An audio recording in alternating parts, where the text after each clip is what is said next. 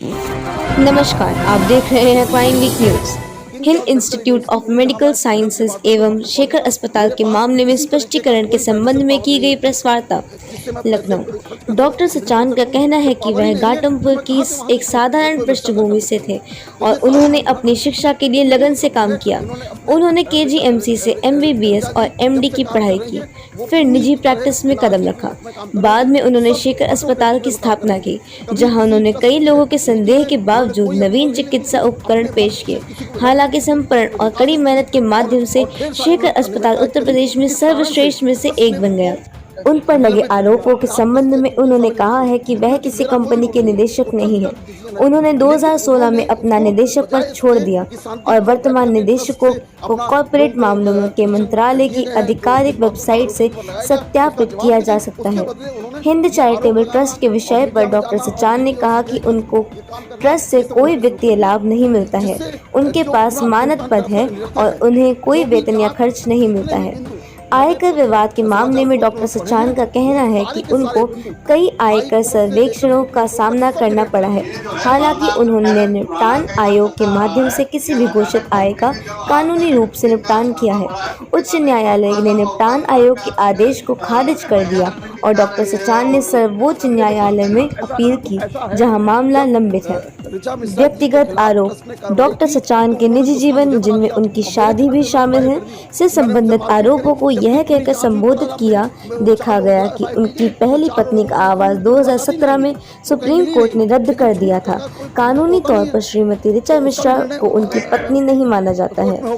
इसके अतिरिक्त डॉक्टर सचान सक्रिय रूप से सामाजिक कार्यों में लगे हुए हैं, विशेष रूप से राम सनेही घाट में एक बड़े वृद्ध आश्रम और अनाथालय के विकास में। उन्होंने Hind institute of medical sciences में मुफ्त में इलाज की योजनाएं भी शुरू की हैं, जिसमें गर्भवती महिलाओं के लिए मुफ्त डिलीवरी और उनकी देखभाल में सहायता करने वाली नर्सों का मान्यता देना शामिल है।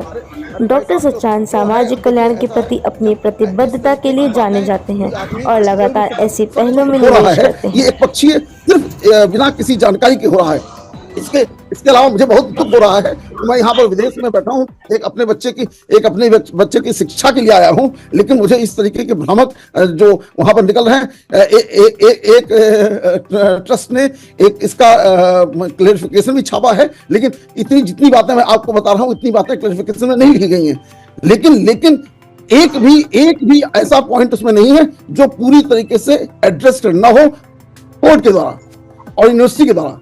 इसलिए मैंने आज ये सोचा कि मैं डायरेक्टली आपको ये बातें खुद बताऊं।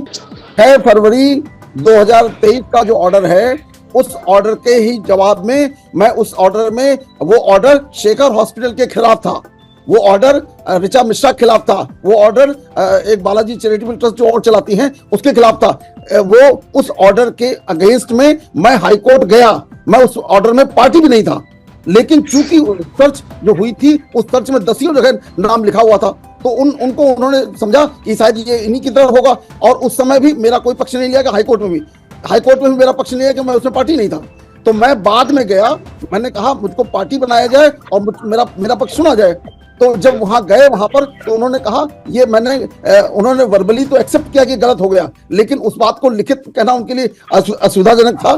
तो इसलिए उन्होंने कहा कि ये मैंने आपके खिलाफ कोई ऑर्डर नहीं पास किया है, वो ऑर्डर की कॉपी आपको दे दूंगा, वो आप उसको पढ़ लीजिएगा। उसके अलावा उन्होंने कहा ये जनरल रिमार्क थे जो शेखर हॉस्पिटल, ऋचा मिश्रा और बालाजी चैरिटेबल ट्रस्ट के केस में थे, तो वो मैंने जनरल पास किए, लेकिन आपके खिलाफ कोई भी कमेंट मैंने नहीं किया है। ये लिखित में ऑर्डर में दिया उन्होंने, मैं उसकी कॉपी आपको दे दूंगा, इसी ऑर्डर रिव्यू पिटीशन में।